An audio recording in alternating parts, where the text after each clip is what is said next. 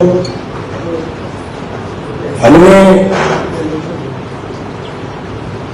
जो हमारी पार्टी है संयुक्त संघर्ष पार्टी, जिससे पंजाब में भी हमने चुनाव लड़ा था और आगे जो हरियाणा में भी विधानसभा का चुनाव है वो उस पार्टी से लड़ेंगे और उस पार्टी का किसान लीग है भारतीय किसान यूनियन यूनियन। हमने कुरुक्षेत्र सीट से इनामों को अजय चौटाला जी को समर्थन किया है इस चुनाव में और उसके दो तीन कारण हैं। नंबर एक, चौटाला साहब ने किसान आंदोलन के दौरान किसानों के दर्द को समझा और उस आंदोलन में अपनी आहुति डालने के लिए अपने पद से इस्तीफा दिया, एमएलए से रिजाइन की। हमारा जो फर्ज बनता है, पूरे किसानों का फर्ज बनता है कि उस कर्ज को हम उतारें। और मैं तो पूरी एसकेएम को भी ये कहना चाहूंगा कि कुरुक्षेत्र सीट पे आगे उनको सब कुछ समर्थन करना चाहिए। दूसरा, जो बीजेपी का और कांग्रेस का, या कांग्रेस का तो ना कहिए, जो बीजेपी का और हुड्डा साहब का जो खेल चल रहा है वो हरियाणा के अंदर खुद बीजेपी को जिताना चाह रहे हैं और उसके सबूत ये है कि अगर उनको पूरी तरह 10 सीटें कांग्रेस के खाते में चाहिए तो वो एक सीट इनेलो को देते, हमारे साथ समझौता करते, एक सीट हमें देते तो 10 की 10 सीटें जो है वो कांग्रेस के खाते में जाएंगी। पहली सीट जो थी बीजेपी की हुड्डा साहब के साथ ये थी कि आपने किसी पार्टी के साथ समझौता नहीं किया। जो पहली उनकी जो पहली सेटिंग थी वो हुड्डा साहब के जो थी वो किसी पार्टी के साथ समझौता नहीं किया, एक। और दूसरी सेटिंग उनके साथ ये थी कि उन्होंने कमजोर कैंडिडेट देने हैं, जैसे बिहार के तौर पर कुरुक्षेत्र में, अब कुरुक्षेत्र में गुप्ता जी है तो गुप्ता जी का बताओ कुरुक्षेत्र में क्या है, गुप्ता जी का क्या क्षेत्र हो, गुप्ता जी की जन्मस्थली हो, गुप्ता जी का क्या कुरुक्षेत्र में है। और वो तो जो है गुड़गांव से मांग रहे थे, कुरुक्षेत्र में क्यों उतारा? ऐसे ही अपने नाम सीट का देख लें, आप और भी बोर्ड हरियाणा के अंदर देख लें, तो उनकी जो मिली भक्त है वो जो है एक देश के लिए खतरा है। और बल्कि मैं तो ये भी कहूंगा कि कांग्रेस पार्टी को सबसे पहले जो काम करना चाहिए वो भूपेंद्र हुड्डा जी को अपनी पार्टी से किनारा कर देना चाहिए, उनको पदों से मुक्त कर देना चाहिए अगर कांग्रेस को थोड़ा सही तरीके से चलेगा। और आज जो देश की अंदर स्थितियां हैं कि दोनों जो मेन पार्टियां हैं वो कारपोरेट की एजेंट के रूप में काम कर रहे हैं, कारपोरेट के लिए काम कर रहे हैं और कारपोरेट के लिए कानून बना रहे हैं। आज देश की जो हालत है, मैं तो हैरान हूं कि देश को बचाने के लिए किसी न किसी को तो आगे आना ही पड़ेगा। और आप पत्रकार बंधु से बहुत उम्मीद है कि आप उस चीज को समझते हुए चौथे स्तंभ की भूमिका निभा रहे हो और आपको तो बहुत दर्द है। आज देखिए, आज 1% लोगों के पास 40% प्रॉपर्टी हो गए। आज 9 लोगों के पास 50 करोड़ लोगों के बराबर जो है वो प्रॉपर्टी हो। आज बेरोजगारी का हालत ये है कि हरियाणा नंबर 1 है बेरोजगारी। आज हालत ये है कि हरियाणा के बेरोजगार अपने देश को छोड़ के विदेशों में जाने चाहिए। इस देश को कौन बचाए? एक बात और मैं इसके साथ कहना चाहूंगा कि आज जरूरत है हरियाणा के अंदर एक विकल्प देने, जो कोशिश कर रहे हैं कि हम साथ मिलके, चौटाला साहब साथ मिलके और भी जो ऐसे लोग होंगे जो देश को बचाना चाहते हैं कि हरियाणा की राजनीति में एक विकल्प नहीं, हरियाणा की राजनीति में कांग्रेस वर्सेस बीजेपी ये ना रहे, इनके बराबर में एक विकल्प होगा। तो ये सभी चीजें हैं जिनके ऊपर हमने बहुत सोच विचार के, बड़ी गहनता से विचार करके, अपने सारे संगठन ने गहनता से विचार करके ये किया है कि कुरुक्षेत्र से जो है हम इन लोगों को समर्थन करेंगे और पूरी तरह से करेंगे, जितना भी हमारे से जो पड़ेगा उतना करेंगे। आपके माध्यम से सभी किसान भाइयों को, मजदूर भाइयों को, सभी को ये बेनती करेंगे कि ये जो है आज की जरूरत है और सभी भाई जो है वो कुरुक्षेत्र सीट पे इन लोगों को सपोर्ट करें, इन लोगों को समर्थन करें, कहीं से शुरुआत हम करें देश को बचाने की। जी वो भी मोहर है क्या? मैं ये कह रहा हूँ कि उनकी चाल जो है वो ये है कि कमजोर कैंडिडेट दे दो ताकि बीजेपी की ज्यादा सीटें आ जाएं और बीजेपी को जिताने का एक षड्यंत्र है। मैंने जो मुद्दा बताया है कि सबसे पहले तो जो बीजेपी ने उनसे साठगांठ की है और साठगांठ के तहत ये है कि उनको कहा कि किसी से समझौता मत करना, उनको तो कोई नुकसान समझौते का था ही नहीं, हमने कोई बुरा भी नहीं किया उनका। तो वो जो समझौते का जो मिली भगत हमारी समझ में आई है वो बहुत खतरनाक है। इसलिए हरियाणा के अंदर एक विकल्प है और जिसकी हम शुरुआत कर रहे हैं और हम जो अगला चुनाव है उसकी भी तैयारी कर रहे हैं, विधानसभा में है। और देखिए एक सीट पे कर रहे हैं, इसलिए कर रहे हैं कि 14 साल में कुर्बानी पानी का कर्जा हमें उतार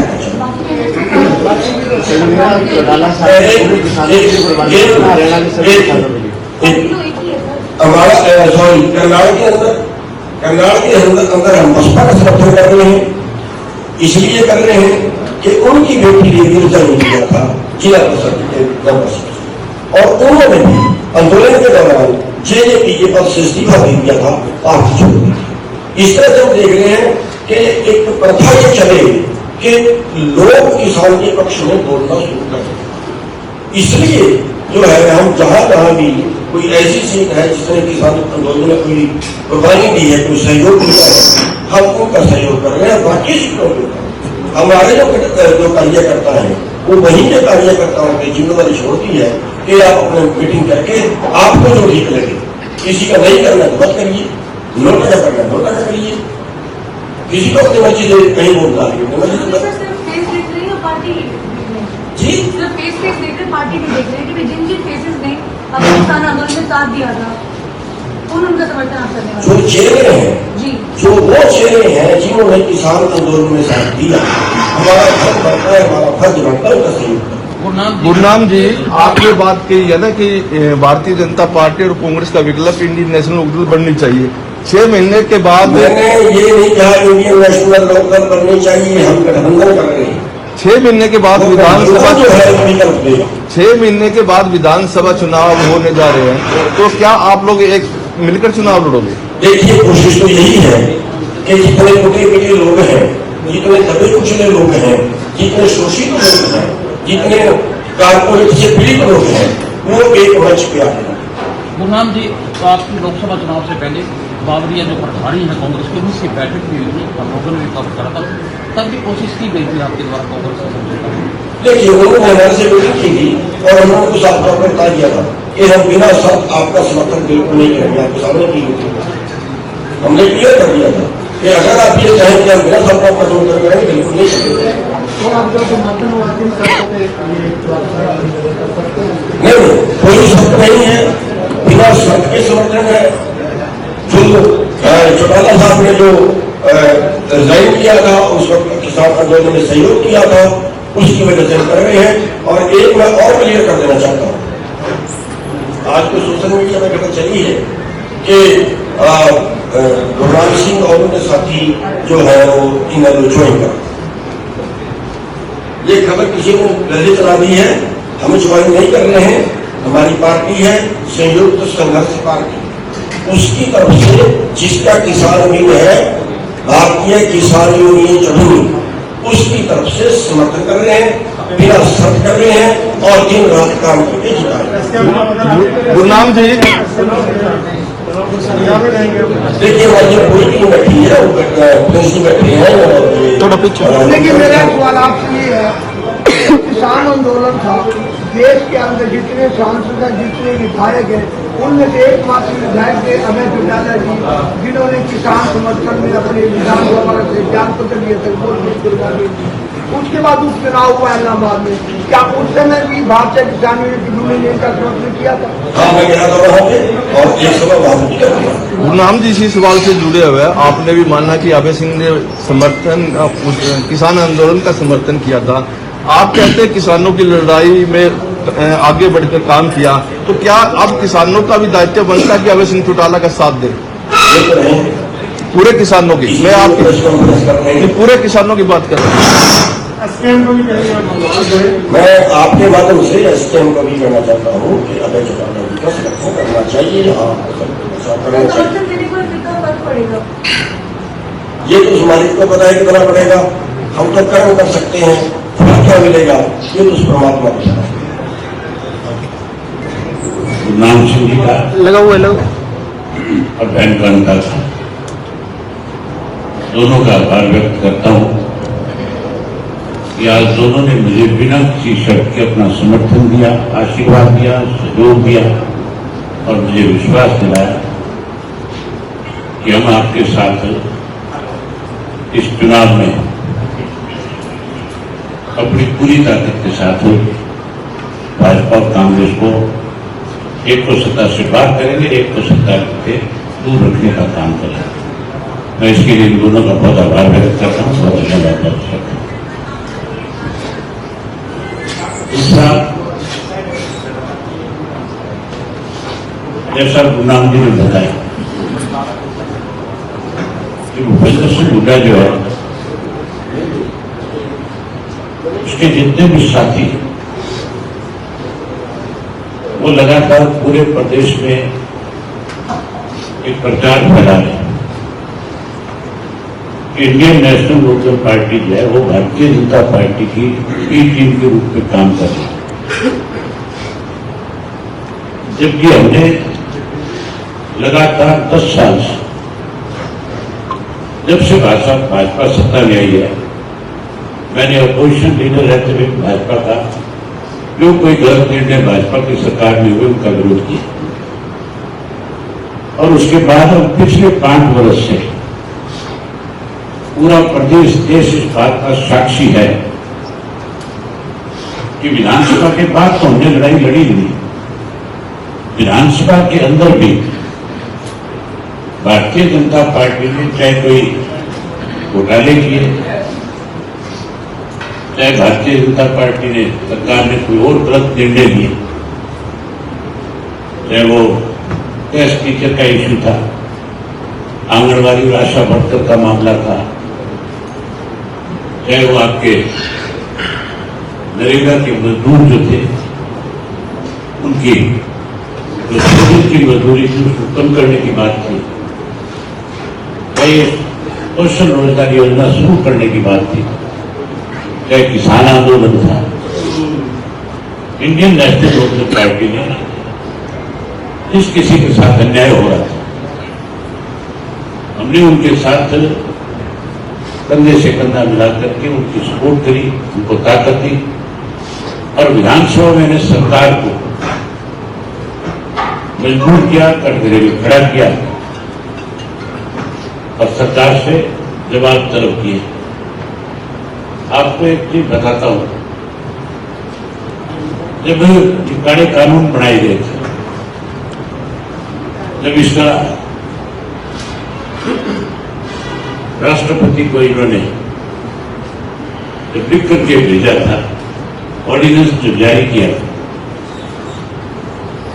उस वक्त हमारा विधानसभा का सत्र आ गया। ये फरवरी के महीने का इश्यू है, 16 फरवरी की बात, 14 फरवरी या 16 फरवरी। कांग्रेस पार्टी भी हाउस में थी, मैं भी हाउस में थी। कांग्रेस के लोगों ने जब सरकार की तरफ से एक प्रस्ताव आया कि हम इस ऑर्डिनेंस का समर्थन करते हैं। मुख्यमंत्री प्रस्ताव लेकर के आया। ये रिकॉर्ड की चीजें होती है, विधानसभा में कोई बात हर चीज रिकॉर्ड होती है, तो उसका रिकॉर्ड जो है सदियों तक रहता है। कांग्रेस के लोगों ने बजाय उसका विरोध करने के, बजाय उस डिबेट में हिस्सा लेने, उस प्रस्ताव के विरोध में खड़े होकर के चर्चा करने, कांग्रेस वॉकआउट करके गई। ये रिपोर्ट की बात है, ये तो मैं मन गढ़ंत बातें नहीं कर रहा। सारे के सारे निकल गए वहां से। जब मैं अकेला बैठा रहा तो मुख्यमंत्री ने मुझसे कहा कि अवैध जी आप वॉकआउट कब करोगे? मैंने कहा तुम्हारी तसल्ली कराऊंगा मैं, फिर कोई सोचूंगा वॉकआउट करना नहीं करना। मेरे से पहले भाजपा का एक मेंबर बोला था अभय सिंह यादव, उसने जब उसमें चर्चा में भाग लिया तो उसने सभी में स्वीकार कर लिया कि इस ऑर्डिनेंस में कमियां और खामियां हैं, वो IAS अफसर है, रिटायर्ड IAS अफसर है। जब वो बोल रहा था, जब वो कमियां निकाल रहा था, मैं उनको नोट कर रहा था। उसके बाद उन्होंने स्पीकर ने मौका दिया कि आप उस पर डिबेट में हिस्सा ले सकते। मैंने जब उनकी कमियां और खामियां गिरानी शुरू की तो भाजपा के लोग बचा नहीं पा रहे थे। उस बात बारी बारी वो बीच में मुझे रोक रहे थे, प्रयास कर रहे थे किसी तरह से उनकी आवाज में बोले, मैं उनकी आवाज में दब करके कहीं बैठ गया, लेकिन ये तो मेरे खून में नहीं है। मैंने उनसे कहा उनका आवाज तो मेरी तुम्हारे से बहुत ज्यादा ऊंची है, अगर तुम ज्यादा ऊंची आवाज में बोल रहे हो, तुम्हारी सबकी जन्मपत्री मेरे पास है, और मैं एक एक के बारे में जब चर्चा करूंगा तो फिर उनकी आवाज में बोलना तो दूर की बात है, शक्ल दिखाने लायक भी नहीं। और आखिर जब वो मेरी इनकी बातों पे हंसने लगे तो मैंने ये बात कह करके वॉकआउट किया था कि तो तुम गांठ फाड़ रहे हो। जब तुम इस ऑर्डिनेंस को लेकर के लोगों के बीच में जाओगे, चर्चा होगी इस पर, जब लोगों के बीच में जाओगे तो लोग तुम्हारे मुंह खड़े करेंगे, तो तुम्हें बाड़ा बनाएंगे और तुम्हें गांव में घुसने भी नहीं देंगे। और वो बात मेरी चंद दिन बाद ही सच साबित होगी। थोड़े दिन बाद ही उनको सबने रोक लिया था, गांव में बैनर लगा दिए थे, कोई अंदर नहीं घुस पाया था। आज भी पूरी भारतीय जनता पार्टी का, भारतीय जनता पार्टी की सहयोगी रही BJP का पूरे प्रदेश में विरोध है, कहीं जाकर के वोट नहीं मांग सकते। आज तो मुख्यमंत्री को यह ऐलान करना पड़ा, इससे मनोहर लाल खट्टर को यह कहना पड़ा कि मैं किसी गांव में जाकर के वोट नहीं मांगूंगा। उसको इस बात का एहसास है कि किसी गांव में वोट मांगने जाएगा तो लोग तेरा बहुत बड़ा विरोध करेंगे। भूपेंद्र सिंह हुड्डा भी यही भाजपा को आज मदद कर रहे हैं, वो भी इनको जिताना चाहते हैं। ये नया नहीं है उनके लिए, ये लगातार मिले हुए हैं। आप एक भी भूपेंद्र सिंह हुड्डा से उनके समर्थकों से पूछ लो, सुभाष चंद्र को राज्यसभा का मेंबर किसने बनाया? भूपेंद्र सिंह हुड्डा जब वोट डालते हैं, हर मेंबर को अपना वोट जो है उस पर टिक करके, उस पर साइन करके, उसको ठीक रखो नहीं रखो, लेकिन जो उनका एजेंट होता है पार्टी, उसको वोट दिखाना होता है। अगर नहीं दिखाए तो उसका वोट कैंसिल हो जाता है। जब वो अपने एजेंट को वोट दिखा रहा था, जो उनका जनरल सेक्रेटरी था कांग्रेस का, सेंटर से आया हुआ था, उसमें दिखाया तो खाली छोड़ कर गया। उसके बाद 14 की पेन की शहीद हुई। उसी दिन इस बात पे मोहर लगा दी थी कि भाजपा ने ED के माध्यम से हुड्डा को डराया हुआ है, और हुड्डा जो है जैसे भाजपा चाहे इसमें कटौती के रूप में काम करेगा। आज भी वही काम हो रहा है। आज अफवाह तो हमारे खिलाफ फैलाई जा रही है, क्या तो हमारे लिए जा रही है, लेकिन एक्टिव में बी टीम के रूप में आज भी भूपेंद्र सिंह हुड्डा काम कर रहा है। इस बात का सबक आप देखना लोकसभा के चुनाव में लोग इसको देंगे। आज तो मैं विशेष रूप से आप सभाएं आपका भी आभार व्यक्त करता हूँ, और बैंकांता का सरदार गुरनाम सिंह जी का, दोनों का इस बात के लिए थैंक्स टू, इन्होंने मेरा समर्थन किया। और अगली बात एक और कहना चाहता हूँ, अब ये सिर्फ चुनाव में इकट्ठे नहीं है, 4 महीने के बाद विधानसभा का चुनाव आएगा, और विधानसभा के चुनाव में बहुत सारे और भी राजनीतिक दल हरियाणा में हैं जिनके अपने संगठन है, चौधरी देवलाल में आपको याद होगा सन 1987 के अंदर छोटे छोटे दलों को उस वक्त की हमारी जो पार्टी थी उसका पार्टनर बनाया था और उसका नतीजा ये निकला था कि 90 में से 85 सीट जीते थे। हमने भी चौधरी देवलाल की नीतियों को आगे बढ़ाना है और जिस तरह से चौधरी देवलाल राजनीतिक निर्णय लेते थे हम उसी तरह का निर्णय लेंगे। सारे राजनीतिक दलों से बात करेंगे, सबसे बात करके विधानसभा के चुनाव में सबको शामिल करके और सबको उसमें हिस्सा दे करके और चुनाव लड़के फिर चौधरी देवलाल के सत्ता से को दोहराने का काम करेंगे। हम हर हालत में भाजपा को कांग्रेस को दोनों को सत्ता से दूर कर देंगे। विधानसभा में हमारी सरकार बनेगी, संघीय सरकार बनेगी जैसे सन 1987 के अंदर। आप आए, आपका धन्यवाद। मैं आपका स्वागत आपको करनाल विधानसभा में चुनाव में उतारोगे अपने उम्मीदवार से? हाँ, अभी कल का दिन है हमारे पास और कल तक हम विचार करेंगे। आज रात को फैसला करेंगे इसको कि क्या करना है। गुरनाम जी ने आपको समर्थन आप बताओ किसको उतारा, आप बोला नहीं। गुरनाम जी ने आपको समर्थन दिया है, तो अगर वहां से बात करें वीरेंद्र मराठा को आपने समर्थन दिया, तो क्या वहां पे भी सहायता की जाएगी गुरनाम जी के द्वारा? मैं इनसे रिक्वेस्ट करूंगा, लेकिन इन्होंने पहले फैसला ले रखा है। इनका फैसला वहां बीएसपी की मदद का है।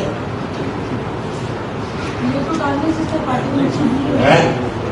ये कैंडिडेट उतार रहे हैं आप, तो नुकसान ही होगा सर इससे। ऐसा उतारूंगा तो लेट उनके जड़ों में बैठ जाए।